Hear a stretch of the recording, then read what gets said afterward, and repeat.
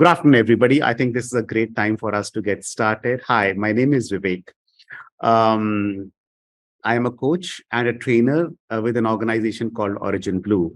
We've spent the last 10 years only in the space of people development and working with clients like the Boston Consulting Group, Deloitte, Ernst& Young, Tata's, Dr. Reddy's, and so on and so forth, right?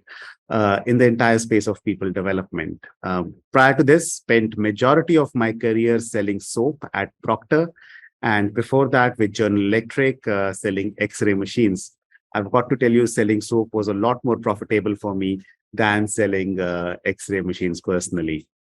With that, I'd like to welcome you to our topic for the day today. And this topic is something that I'm deeply passionate about. It's perhaps an amalgamation of 10 years of work that I and our team of approximately 150 coaches and trainers in India, US, and UK have collectively brainstormed, brought together, and implemented in different locations. I'm going to pause. And before I get started, I'd love to invite your inputs on what are you looking for in this particular session today to make sure that I cover all of it. So I'm going to pause. Love to hear it from your side. You can put it on the chat window. You can just speak it out loud. Either of these two channels work very well. Got a few responses. Excellent, Tarun. We've got you with us. What are some of your expectations? Let me just hear. I think, Gurleen, you've shared a few around handling people in certain situations. Let me hear it from others as well. Vivek, what I would want to understand here is like the reason I'm here on this webinar is like setting up a culture in a startup, which is about 4 years old, you know, but everybody defer to understand the culture perspective because each one is thinking on their own terms what is culture, and everybody believes saying that we do not have a culture. We do not have a culture. So that. So the whole point is I would want to transcend this whole thing to make them understand culture is what you pursue and perceive. Right, as a person. So holistically, or even otherwise, you know, what do you see culture in a startup as? Because I'll just give you a small example, because the current scenario in the startup where I am, there are people who perceive that everybody can only go to the CEO and the COO, and beyond CEO and COO, nobody else exists, or nobody else is heard of, and nobody else is like understanding what you want to tell them. You know, so there's a lot of gap in them understanding. I mean, it's not that you have only the CEO and the COO. There's a way of doing things.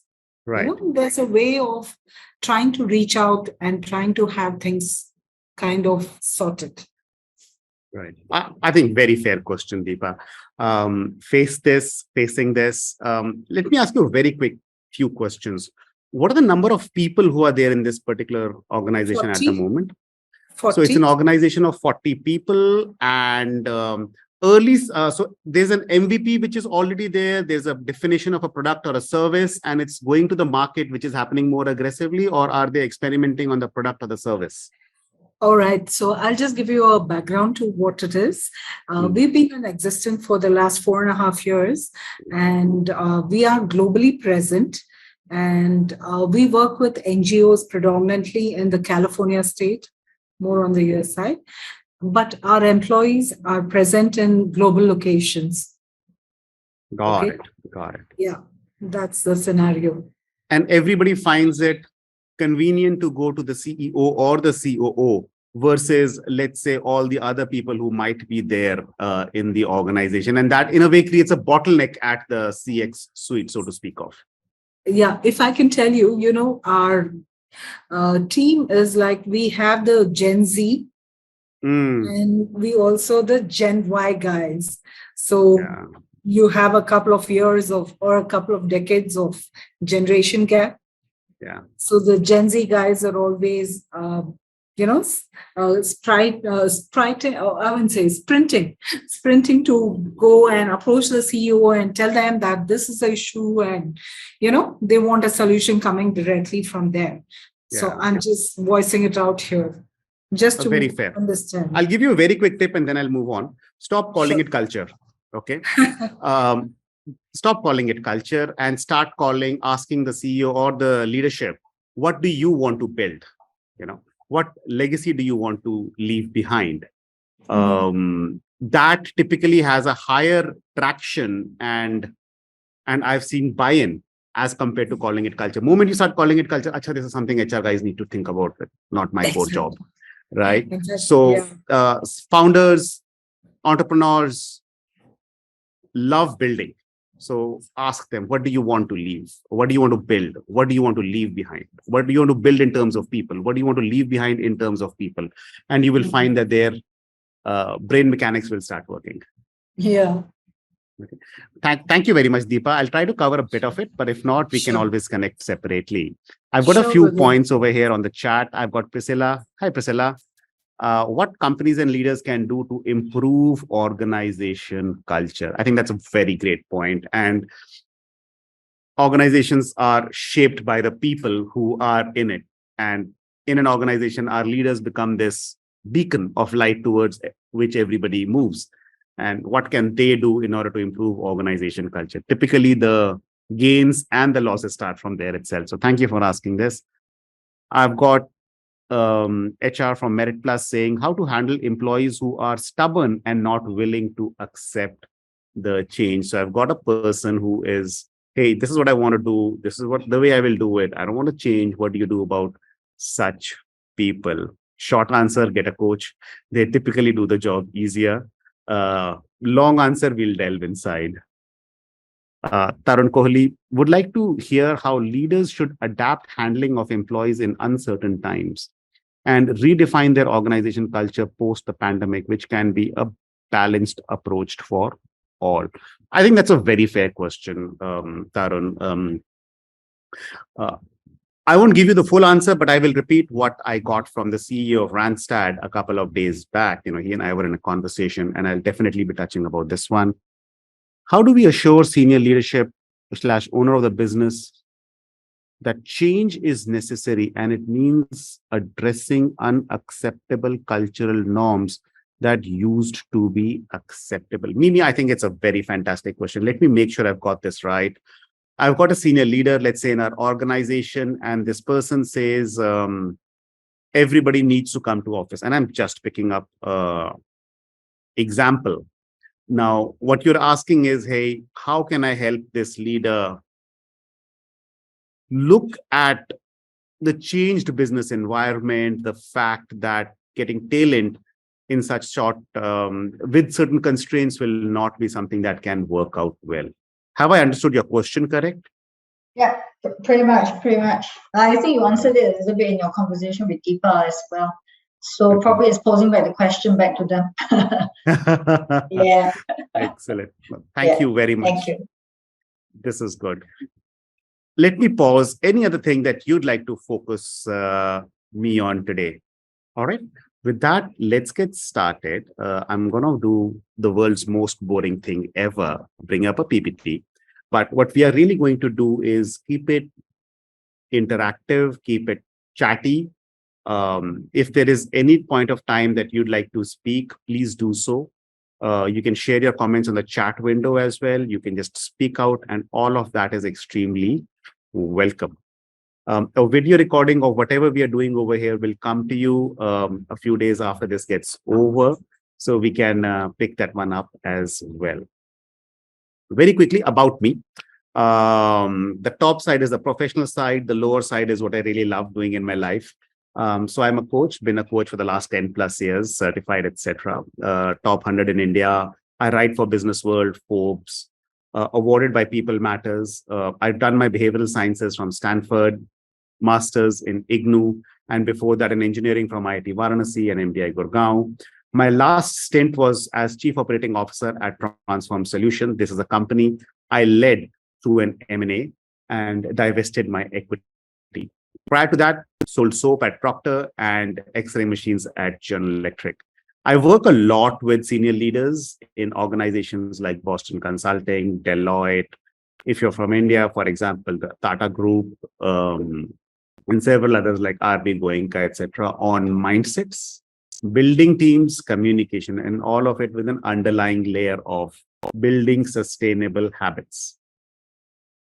At the bottom are things I'm passionate about: trekking, motorcycling, my wife, and my team. Right? These are things that pretty much occupy 30% of my life, and the top part occupies another 30 to 40% of my life. The remaining is sleeping. So I love my sleep.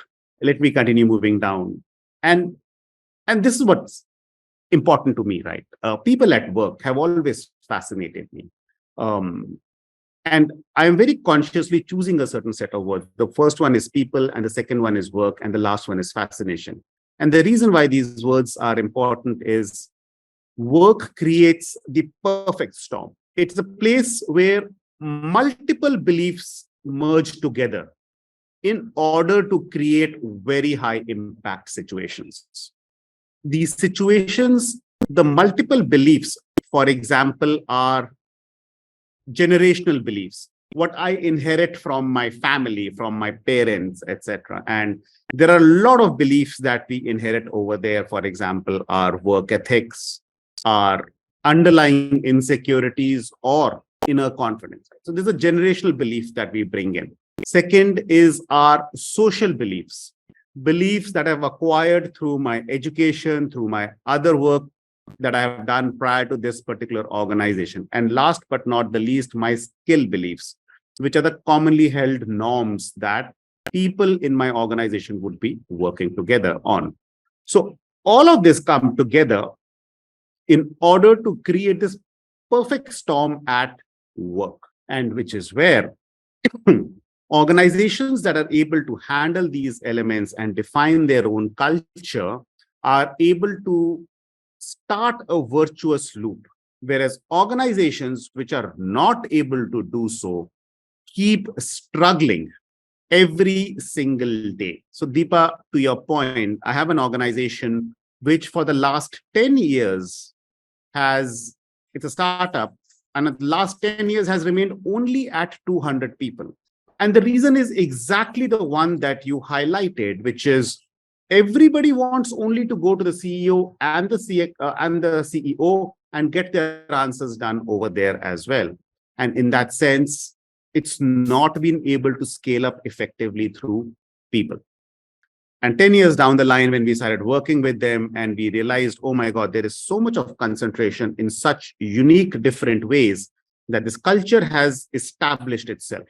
The way it would work in this organization is it would do great work, it will scale up, okay? But then because everybody goes to the CEO or to the COO, who were really the founding pillars, decision-making would get stalled. They would not be able to get deep inside every issue or with every client. And then after a certain amount of time, the important people or the people who were driving business will quit. And the clients will then leave along with as well because they don't feel served. True. Okay, then it will again shrink. Leads to a lot of ego clashes as well. I mean, I've been seeing that here. There's some kind of a friction, because the middle level is not liking the approach which the Gen Z is taking it. So you're right. It'll lead to all kinds of ego clashes. It'll lead to all kinds of who is in authority or whose word is the right word. And overall, the organization will never scale itself up to the level it can. True. Right. Gurleen in mergers and acquisitions, seen this play out so much. I gave you an example of that tech product company as well, right? Similarly, seen it in manufacturing space. The best people immediately exit out and you're left with somebody else. Or even people who are staying behind, there is this entire element of fear. What's going to happen to me?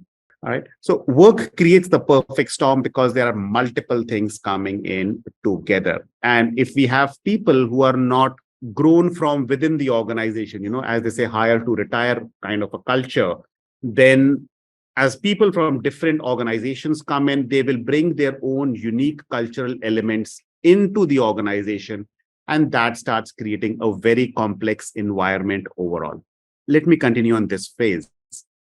Um, and this is interesting, right? Because people development interventions create an extremely important impact. They are able to unite the organization together and start carving out a culture that you want. So, Tarun, what can leaders do, or Deepa, what can leaders do? They can start defining what they want to build, and then translate that into meaningful, actionable steps for the people to start doing. Correct? But here is the issue, and here is why whenever we speak about it in common forums with leadership, there is a certain resistance. And the reason is 70% of people development initiatives fail. So you can define the elements of culture, you can skill people on it. This is what you mean by growth mindset. This is what you mean by good collaboration. This is what you mean by better presence. This is what you mean by building value, and so on and so forth. But this translation of workshop onto work is a place where majority of the people development initiatives fail. Let me pause. Let me invite some thoughts, responses from this audience. Would you agree? Would you not agree? What do you think? And I've got some very interesting comments. And I see majority of us over here are agreeing. I've got Zubin, I've got Pris, who are agreeing, right?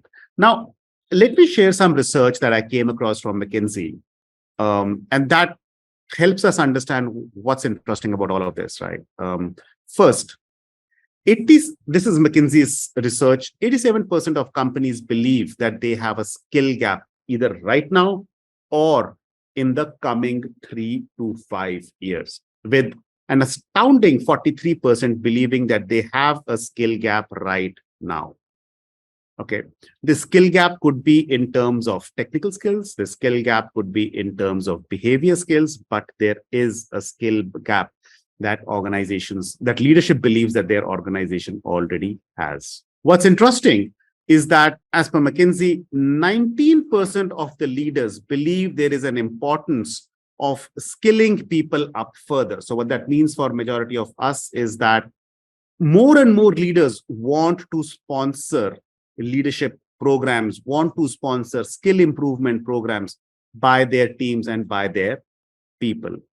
53% of the skill gap will be filled through building internal skills. The other one are by engaging freelancers, by shifting workforce towards new ones and hiring newer people. But majority, which is 53% of this curve, is only on reskilling people in an effective manner.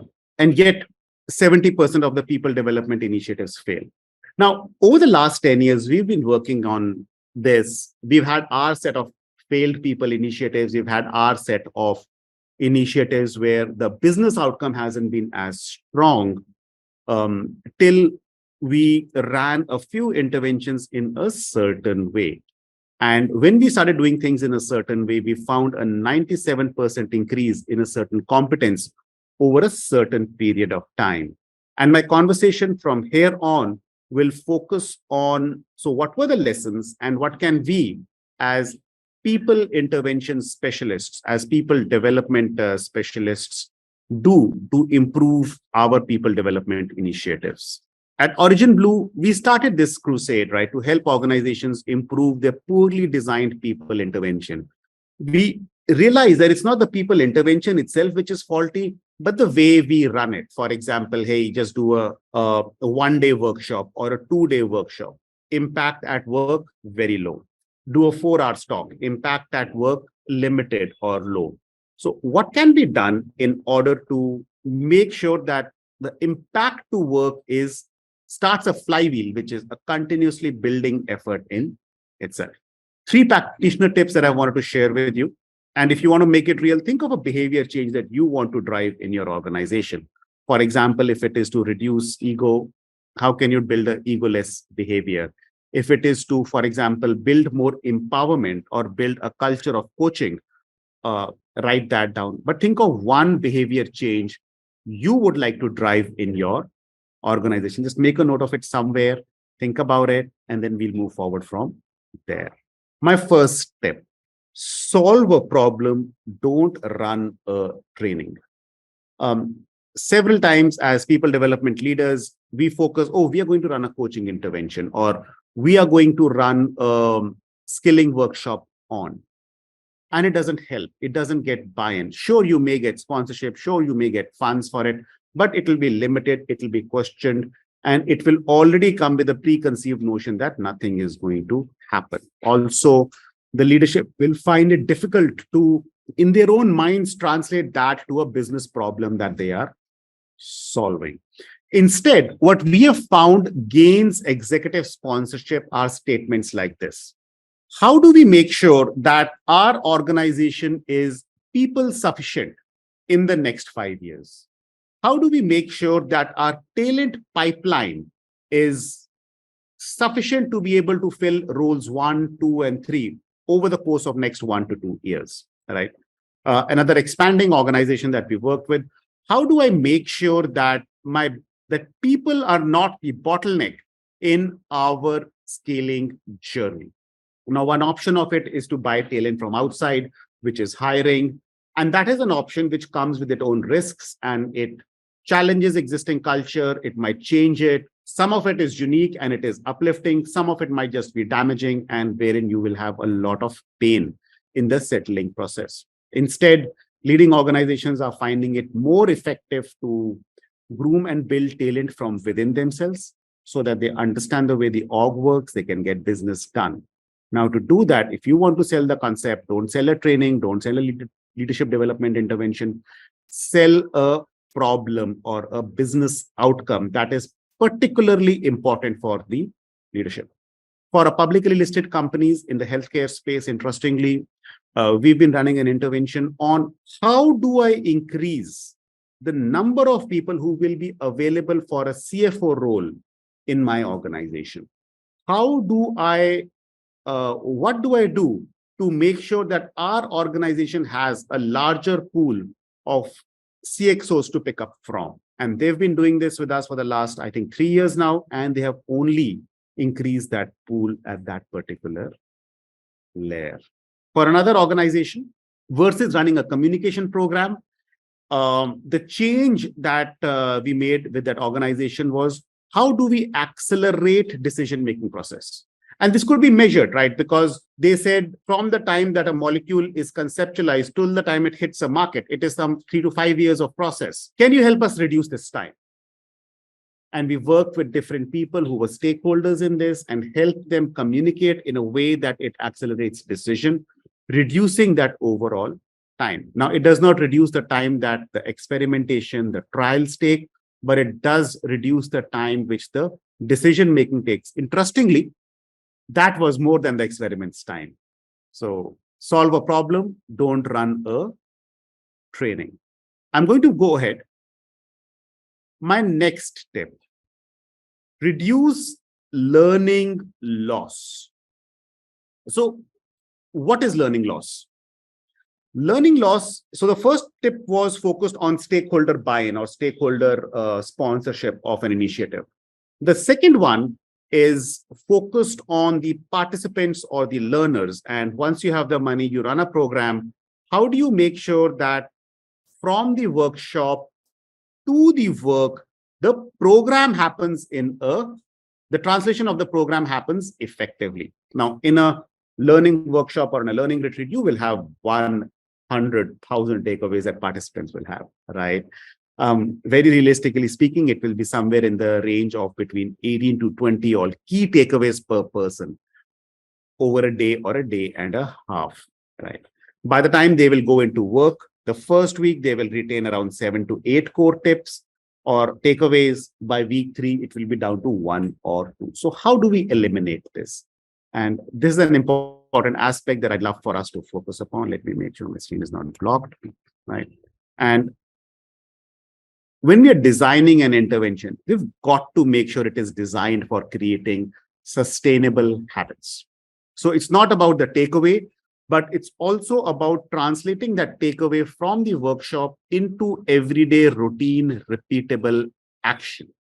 So this is something that you as a practitioner must be focused on upfront. What will you do daily? When will you do it? What can derail you from doing it daily, right? So help people build this habit. And if this is of interest, we can talk separately on this entire science of habits. If you like, there's a beautiful talk by Dr. BJ Fogg, who was my mentor at Stanford, where he talks about the science of building habits effectively. We'll post the link separately in an email to you. The last one is prepping up our leadership for expecting change from people at work. And this is a critical step. Let me give you a term, and please make a note of this term. This term is what we call application inertia. Application inertia is my inertia at translating what I've learned in a certain space onto my work. And it comes in because while I might have learned something, I am hesitant in applying it with people whom I already know. There's an intrinsic shyness, there's an intrinsic inertia within me. And therefore, at work, I expect, or a little nudge given to me in the right way helps me get my expectations aligned well. So therefore, managers and the learners need to have a conversation before and after an intervention on what should they be expecting differently. So managers ask, hey, what should I be expecting differently? What will you be doing such that we can see this at work better? This is extremely powerful. We've designed something called a learning handshake. So a learning handshake is a mandatory touch base between the learner and the manager after a workshop, wherein the learner talks to the manager about the workshop, activities, and what will they be doing differently. We found it to be extremely powerful for organizations. My last tip for us today is measurement matter. And these are three elements that we've got to keep in mind for the right measure. The first element is it's got to be easy to scale. So we've got to have the same metric for the HR function, for the marketing function, for the operations function, for the sales function. It cannot be a different set of metrics. And second, the same metrics has got to go all the way up to my CEO and down to perhaps my lowest level executive. And this uniformity of metric gives me a view of an organization's culture at that particular point of time. And then as I run my interventions, the change in that particular culture. Next point is exactly this: measure the journey. So there are a lot of psychometrics tools which are available out there. There are a lot of assessments which are available out there, which give you a snapshot in time. The challenge with most of them is, given their length and complexity, it is very difficult to use them as a measure journey, right? So design a metric that measures your journey over a period of time. And last but not the least, the measurement has to reflect reality. So what is actually going on the ground? What are people actually viewing, seeing, experiencing has to somehow translate itself into a metric. So this is what numbers do. Numbers are extremely powerful. And in our experiments where we have used numbers and where we have not used numbers, we have found wherever we use numbers that people can see and also experience change on, their engagement becomes that much more higher. It then becomes like a game, right? Okay, I got this score. Now what can I do better? And it becomes self-driven. And whenever change is self-driven, it only gains more and more traction. This traction translates into a ripple effect for the organization to be following. Let me recap these three particular tips: solve a problem, don't run trainings, reduce learning loss, and third, measure what matters effectively. I'm going to pause now. I'm going to stop my screen sharing and invite any immediate thoughts, reactions, or questions that you may have at this point. I know we've covered a lot of content, so I'll give a pause. Love your questions.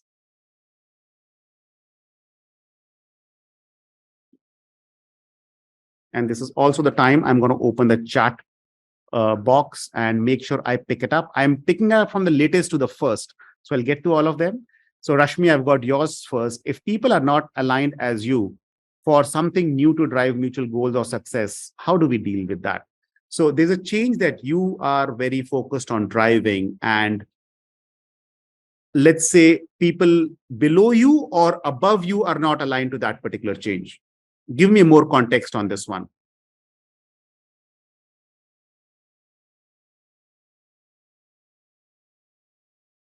Rashmi, are you with me? Okay, I can't hear Rashmi right now, but if I were to pick this one up with leadership, we will have to come to a common consensus. It cannot be without their consensus that there is any change happening. Also, people will look to leaders, right? Not just what they say, but also what they do. So the moment that starts happening, we will start making a difference. Now, in terms of people who report to me, that's a journey. Moment you have your leadership aligned, generally everybody else will be falling in line towards the change that we want. Deepa, you're absolutely right. Has to be a continuous effort. Now, one part about it is saying that it's got to be a continuous effort. The second part about it is, so how do I make sure that it is a continuous effort and not like the vision mission statement that a lot of organizations hand in their walls but don't really live by? So that's the place where design comes in. That's the place where nudges come in.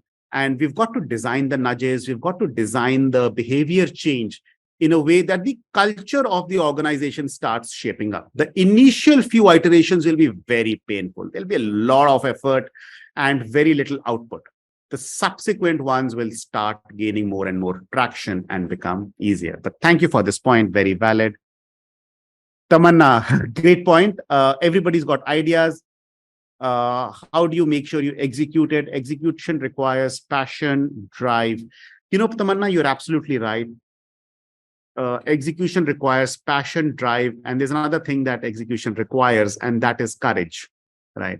There's an intervention that we're in the middle of, and any intervention at the very middle is extremely messy, right?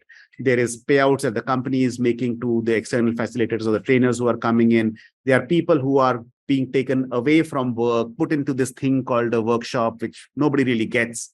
And they're coming back, and there is some change being visible. There is some change which is not being visible. So it's a complete mess. And it is at this stage that you as a person leader or as an org designer will step in and help people look at they will have to traverse this change. What we found help is pull your leadership inside, make them speak about it, translate their vision into the daily actions that you are doing into whatever you are doing. And that really helps pull their passion into your work, etc. It puts their muscle into whatever you are trying to move towards, and therefore moves the organization forward. But you're right, not easy and cannot be done overnight.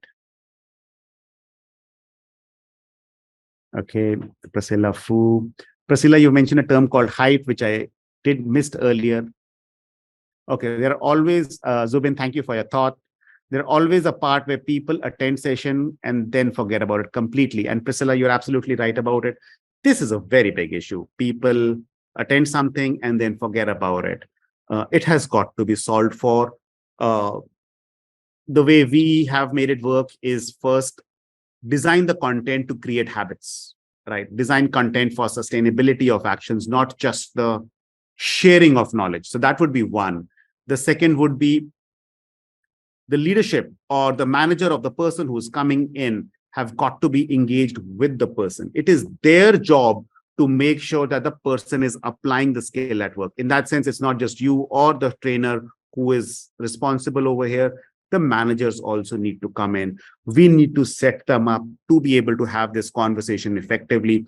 We do it through a technique called learning handshake, where the learner goes back, shakes the hand with the manager. This is what I learned. This is what I'm going to do at work. And this is the change that you're going to see at my end. But you're right. This is where the pain comes in. I've got a few points that agreed. Sanjay, thank you for your thoughts. There is lag. Yep, I hope it is corrected now. Mimi, I'm going to come to your point, which you shared at 111. How do we assure senior leaders or owners of business that change is necessary and it means addressing unaccepted cultural norms that used to be acceptable?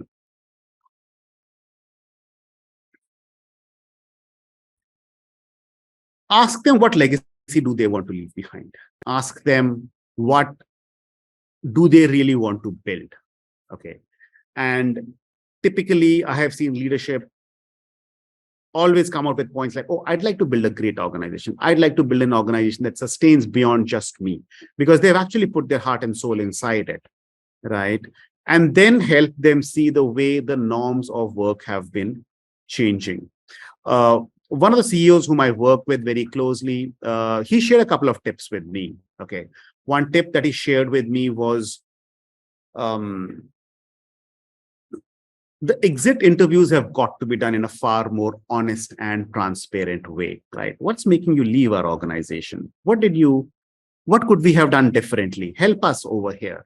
So it's not so much with an intent of getting it over with, but with a genuine intent of understanding what is making the people move. And that builds data.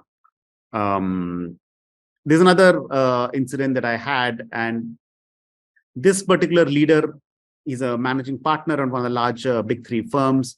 If a person wants to join back the firm, this person would interview them personally. And he would ask them, what is making you want to join us back, right? And that would help them know what strength is within the organization that is attracting people to it, right? And they would then make sure that they continue working on their strengths. And through the right exit interviews, they would make sure that they continue eliminating what is not a cultural norm in the society today. For example, people are really moving towards keeping things real, right? The earlier show of strength, which dominated the 80s and the 90s, perhaps is no longer present, and people want to keep it real. People want to keep it actual, so authentic. So leaders will have to be shown that data, and good exit interviews, good comeback interviews give you this data.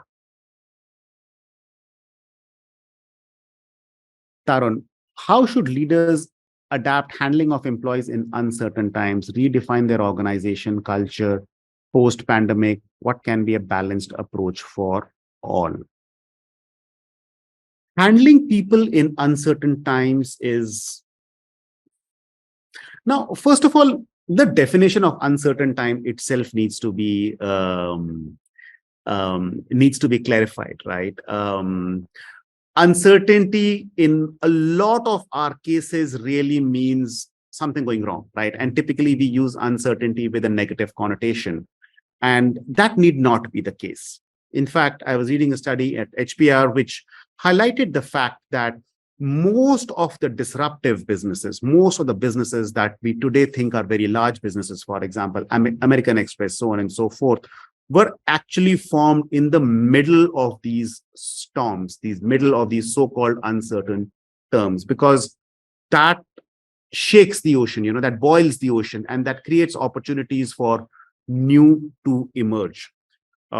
Leaders, first of all, need to be very clued into what's happening, what's required, and empower people, right? Build that trust and confidence in people to tell them what is changing. Let the people tell you what is changing. Let the people tell you what's becoming different, let's say, in the market, in the workplace. And as they do that, they will find that there will be nothing called uncertain times. It will only be, okay, what opportunity do we have to explore over here? To come to this stage, leaders need to overcome this one very massive thing, which is called internal anxieties or mistrust, right? Very important that we are able to build that trust in our people intentionally, such that we believe in what they are saying. We can check it for facts, but we don't have to control everything that's going on. Now, that is the evolution of a leader. That's the evolution of a hero, so to speak, of And that takes certain time. So if I were a leader, handling internal anxiety, reducing my mistrust on perhaps myself and on my people would be something that a leader can himself or herself do in order to handle uncertain situations. Subsequently translating this to others in terms of empowering behavior, in terms of encouraging them to check, okay, what are opportunities that we now have? What are changes we now need to make so that organizations can become better? I'm sure you've heard Jeff Bezos talking about today is day one. That's a cultural philosophy that I think a lot of us can look to adopting as well. Merit Plus, how to handle employees who are stubborn and not willing to accept the change, get a coach. Always easier. If not, identify what anchor do you want to build people on, and then help people move towards that particular anchor. Priscilla, what companies and leaders can do to improve their organization culture? A, define what their culture needs to be. Does our culture need to be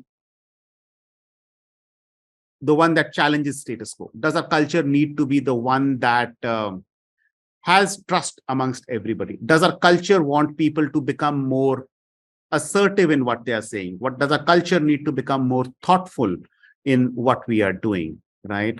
So what kind of culture do we want to build? Have a very focused conversation. And like I was sharing earlier, don't call it culture. What do you want to build? What legacy do you want to leave?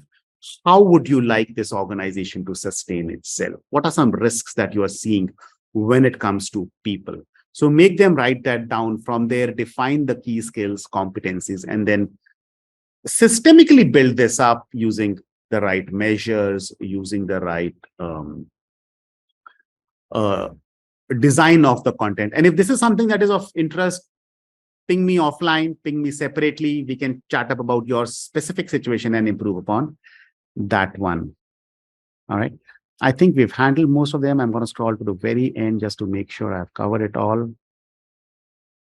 How to make legacy organizations learn, unlearn, and how to change, manage, change, cultural change, get around to reality, how to make, yeah. So this is something that we are actually, in fact, doing right now. We have a legacy organization around 60 years in existence, and they're doing very well in the marketplace. It's a very leading brand. If you are in India, you will definitely be using their products multiple times in a day. And we are helping them remain relevant to the emerging times, right?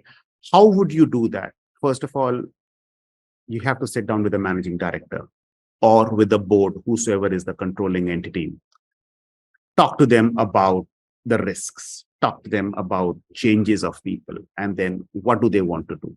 From there, identify the culture elements that you want people to be building systemically, and then plan to roll it out over a period of time. It's not a one-day exercise. It's not a 1 month exercise. It is going to be a couple of years exercise. It is going to take 3 to 5 years for an organization to be able to build this kind of a culture on an ongoing systemic basis. I've tried to answer it in a short way, but if you want more details, just ping me separately. I'll chat. Tarun shared a couple of tips. I hope those help, but if not, ping me separately. We will chat up separately. Deepa, people around you are not ready to accept the change as they are driven by certain upbringing culture, where we say your boss is not your mother. How do you bring in belongingness, right? Bringing in belongingness is an important element. Bringing in ownership is an important element. And it doesn't happen overnight, right? You can't just say, okay, now you've come in, now you're a part of this. Now you've got to own this all. Now you've got to belong to this entity. We can say it, and the person might also start speaking the similar vocabulary, but that's not the way it's going to work. It will happen in layers. Layer 1, does the person feel respected in the short interactions he has, right? The first interaction, the second interaction. Can the person control his small little world that he is operating in initially? And if not, can I give him the power to be able to control that small little world? As a person does it, they strengthen themselves a little. And then newer areas emerge and they strengthen themselves over there. And suddenly you will find that this person is a part of the organization culture that you are building versus an external party to it, right? Does it take time? It does take time. It's a function of the policies that you make and the way those policies are brought into life. So keep those elements in mind, and you will find that it changes very easily. All right. Tarun, absolutely. That is what is going to come up on my screen immediately right now. Back to everybody. Thank you very much. If you found this useful, then let me repeat what AJ Lafley, my ex-chairman, used to say at Procter: execution is the only strategy a consumer sees. Please bring this to life in your organization.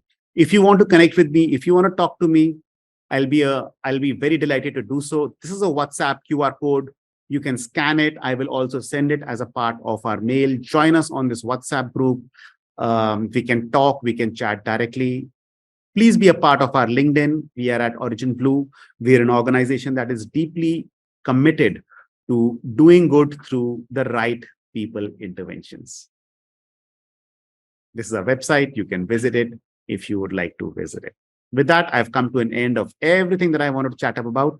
I'm here if you want to ask me if you want to share any thoughts, very welcome to do so right now. Otherwise, let's connect on WhatsApp or LinkedIn, and I'll be delighted to chat. Srividya, thank you very much. Pleasure knowing you and connecting with you today. Mimi, thank you. Priscilla, thank you as well. Zubin, a pleasure seeing you. Tamanna, my pleasure. DC, thank you. Johnson, pleasure connecting with you today. Deepa, thank you for your time and being over here with us. Tamanna, absolutely. I'll send you the details separately and then we can connect. Tarunji, thank you very much. Pleasure to know you. All right. With that, let me close this particular session out for all of us. Thank you, everybody. Bye-bye.